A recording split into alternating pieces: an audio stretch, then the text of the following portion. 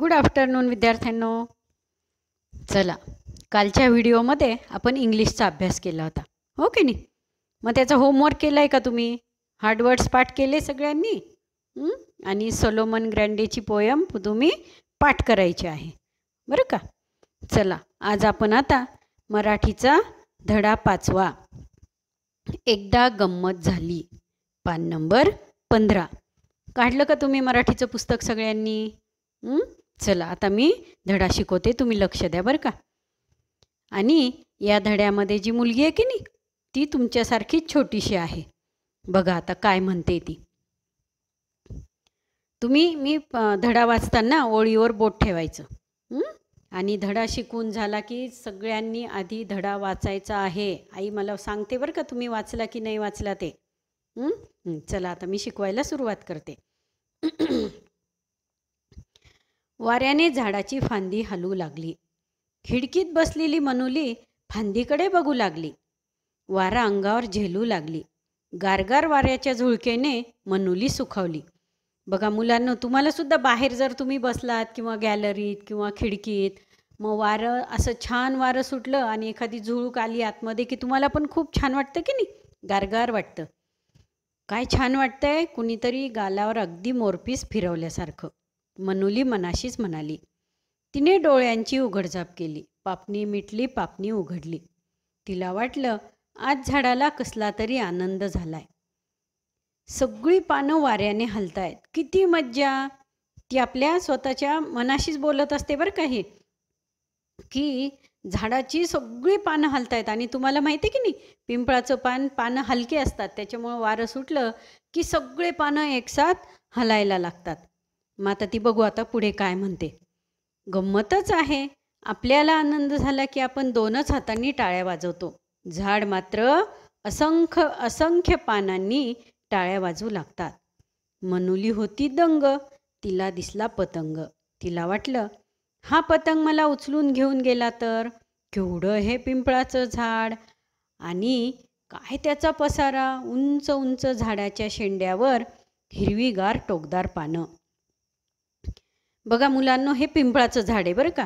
आणि आता धडा शिकून झाल्यावर तुम्ही सुद्धा त्या झाडाचं निरीक्षण करायचं आहे, जर तुमच्या परिसरात आजूबाजूला पिंपळाचं झाड असेल तर. इतक्यात गंमत झाली. पिंपळाची 2 पानं तरंगत तरंगत खिडकीतून आत आली. मनुलीने ती अलगद उचलली. पानांकडे एकटक पाहू लागली. पानेही तिच्याकडे पाहत होती. मनुलीला काहीतरी सांगत होती. मनुलीला वाटले गंमतच आहे. मध्ये ही सरळ रेषा आणि कडेने आलेल्या या लहान लहान लेशा. बघा, तुमच्या लक्षात आलं का? तुमच्या हातात समजा पिंपळाचं पान आहे. पिंपळाचं पान जर असं तुम्ही समोर ठेवलं तर बरोबर त्याच्या मधल्या रेषा दिसतात की नाही? मग तिने ते पान आपल्या पुस्तकात ठेवलं आणि पुस्तक दप्तरात ठेवून ती शाळेत गेली. बाई वर्गात आल्या. बाईंनी प्रथम नदीबद्दल माहिती सांगितली. नंतर नदीची कविता शिकवू लागल्या. एवढ्या डोंगरात नदीचा उगम होतो. ती वाहत वाहत डोंगरावरून खाली येते.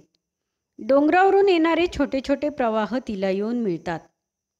मग नदीचं पाणी आणखीन वाढतं. नदी पुढे पुढे जाऊ लागते. बाई काय शिकवत होत्या? नदीची कविता शिकवत होत्या, हो की नाही?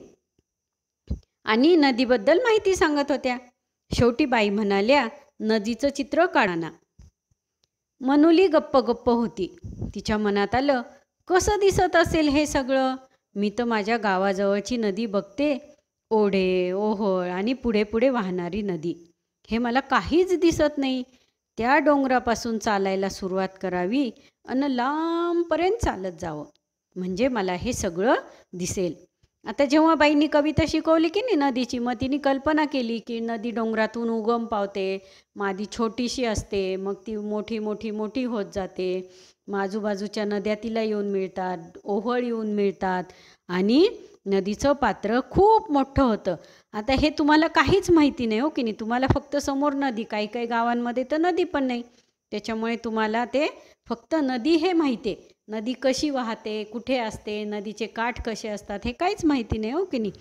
मग आता ती काय म्हणते मनुली, की मला तर हे काहीच माहिती नाही. त्या डोंगरापासून चालायला सुरुवात करावी आणि लांबपर्यंत चालत जावं, म्हणजे मला हे सगळं दिसेल. वर्ग शांत होता. मनुली पटकन उठली. बाईंना म्हणाली, मी गमतीशीर चित्र काढलंय बाई, अगदी डोंगरातल्या नदीचं, तिला येऊन मिळणाऱ्या ओढ्याचं. गमतीशीर? दाखव बरं, बाई म्हणाल्या. बघा, शिकवत असताना तुम्हाला पण असं काहीतरी आठवतं की नाही? मॅडम माझ्याकडं हे आहे, मॅडम आम्ही इकडं गेलो होतो, मध्येच तुम्हाला काहीतरी सांगावं वाटतं, हो की नाही? मग तसंच मनुलीला सुद्धा काहीतरी सांगावं वाटलं. मनुलीने आपले पुस्तक उघडले. खिडकीतून उडत आलेली पाने तिने पुस्तकात ठेवलेलीच होती. गुपचूप बसली होती ती तिच्या पुस्तकात. तिने एक पान आपल्या हातात घेतलं. अगं, चित्र दाखवतेस ना? बाईंनी विचारलं. मनुली वर्गापुढे आली. तिने डाव्या हातात पान धरले होते. बाई म्हणाल्या, हे तर पान आहे. मनुलीने डाव्या हाताच्या तळव्यावर ते पान ठेवलं, म्हणजे आपला हाताचा पंजा असतो की नाही, त्याच्यावर ते तिने पान ठेवलं. आणि तुम्ही पण हे करून बघा बरं का, कसं वाटतंय ते. पहा बाई, ही नदी डोंगरातून आलेली पुढे पुढे चालली आहे. बाजूच्या शिरा म्हणजे छोटे छोटे ओहोळ, तिला येऊन मिळतायत. नदी पुढे पुढे चालली आहे. बाई, ही नदी शहाणी नदी आहे, सरळ ओळीत चालली आहे. खरी नदी मात्र माझ्यासारखी कशीही धावते. ही पानं म्हणूनच मला मगाशी काहीतरी सांगत होती. तुम्ही नदीची माहिती सांगत होतात तेव्हा मला त्यांचं ऐकू आलं बोलणं. पानांचं मतच आहे नाही बाई? बघा, तुम्हाला पण अशी कल्पना करता येते का की जर पान आपल्याशी बोलू लागलं, फळ आपल्याशी बोलू लागला, एखादं झाड आहे अंगणातलं ते आपल्याशी बोलू लागलं, तुम्ही तुमच्या अंगणामध्ये छोटीशी बाग असते की नाही, कुंड्यांमध्ये आईने झाडं लावलेली असतात, त्याच्याजवळ जायचं. बघा बरं, झाडंसुद्धा छान तुमच्याशी गप्पा मारतात. इवले इवले रोपं असतात की नाही ते.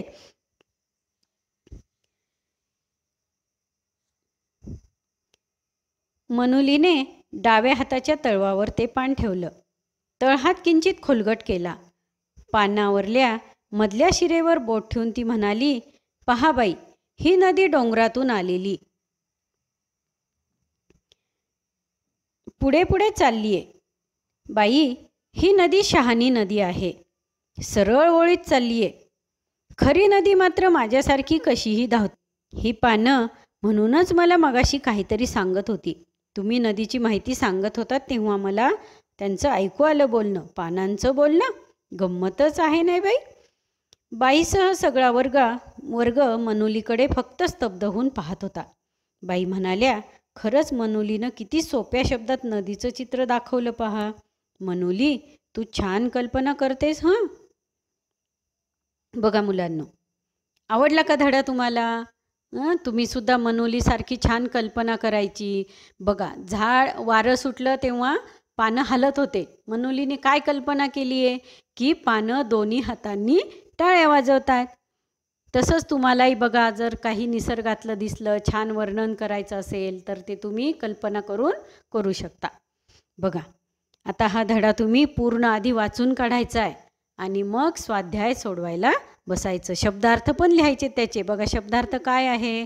असंख्य म्हणजे मोजता न येणारे, अगणित, अलगद म्हणजे अगदीच हळूवार, हळूच, ओहळ म्हणजे लहान ओढा आणि स्तब्ध म्हणजे शांतता. बघा, आता स्वाध्यायचं तुम्हाला जेवढं येईल की नाही तेवढं तुम्ही आज सोडवायचा प्रयत्न करायचा, नाहीतर मी तुम्हाला उद्या स्वाध्यायाची उत्तरं देणारच आहे. स्वाध्याय वाचून दाखवते मी तुम्हाला. प्रश्न पहिला आहे, एका वाक्यात उत्तरे लिहा. तुम्ही टाळ्या केव्हा वाजवता? नदीचे पाणी आणखीन केव्हा वाढते? रिकाम्या जागी योग्य शब्द लिहा. हे पण तुम्ही करू शकता बरं का धडा वाचल्यावर. झाड मात्र टिंबटिंब पानांनी टाळ्या वाजवू लागतात. एखाद्या डोंगरात नदीचा टिंबटिंब होतो. आणि तुम्हाला खाली की त्याच्या खाली पेन्सिलनी अंडरलाईन करायची, एक एक ओळ सोडायची, अक्षर छान काढायचं, खाडाखोड करायची नाही. वही स्वच्छ आणि छान दिसली पाहिजे आपली शाळा सुरू झाल्यावर बरं का. प्रश्न तिसरा आहे, कंसातील वापरून रिकाम्या जागा भरा. त्या कंसामध्ये शब्द दिलेले आहे ते बघून तुम्ही रिकाम्या जागा भरायच्या आहे. प्रश्न चौथा, या पाठात एकच शब्द 2 वेळा वापरून काही शब्द आलेले आहेत. उंच उंच असे आणखीन काही शब्द तुम्ही लिहायचे आहे. प्रश्न 5वा आहे, खालील शब्दांचे विरुद्ध शब्द लिहा. प्रश्न 6वा, पाठात टोकदार शब्द आलेला आहे, त्यासारखे आणखीन शब्द बनवा. बघा, पहिलं दिलेलं आहे रुबाब. आता त्याच्यासमोर डॅश मारून लिहायचं रुबाबदार, धारदार, तजेलदार, समजूतदार, पाणीदार आणि चमकदार. आता प्रश्न 7वा आहे, शिक्षकांच्या मदतीने अर्थ समजून घ्यावं लिहा. तुम्हाला शक्य होत असेल तर त्याचे अर्थ लिहा, नाहीतर मी पुढच्या व्हिडिओमध्ये तुम्हाला त्याचे उत्तर देणार आहे. मुलांनो, धडा समजला तुम्हाला? परत एकदा वाचायचा आणि छान समजून घ्यायचा.